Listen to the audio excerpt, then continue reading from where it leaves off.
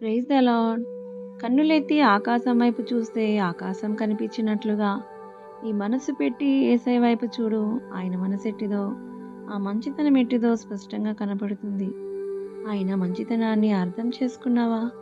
మన మార్పు కొరకు ప్రభువు చూపిన మంచితనం నిజంగా ఎంత గొప్పది. దానిని బట్టి ఆయనకి ఇష్టమైన రీతిలో మార్పు చెందవలసి ఉంది. నువ్వు, నేను, మనమందరము కూడా అలా కాకుండా ఆయన మంచితనమును బట్టి ప్రభువు ప్రేమ కలవాడు, ప్రేమిస్తాడు, క్షమిస్తాడు. ఇంకా సమయం ఉంది, తర్వాత చూసుకుందాము, తర్వాత చేద్దాంలే అని చేసిన తప్పులే చేస్తున్నావా? వేసిన తప్పుడడుగులే వేస్తున్నావా? ఇక ఇది మారవలసిన సమయము. ఎందుకంటే ఆయన రాకడ సమీపించింది. యేసయ్య చెప్పినవన్నీ నెరవేరుతున్నాయి.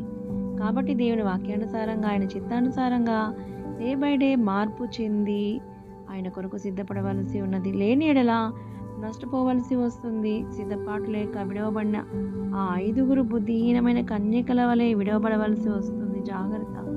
ఇక ఆలస్యం లేదు. యేసయ్య త్వరగా వచ్చుచున్నాడు. Jesus is coming soon.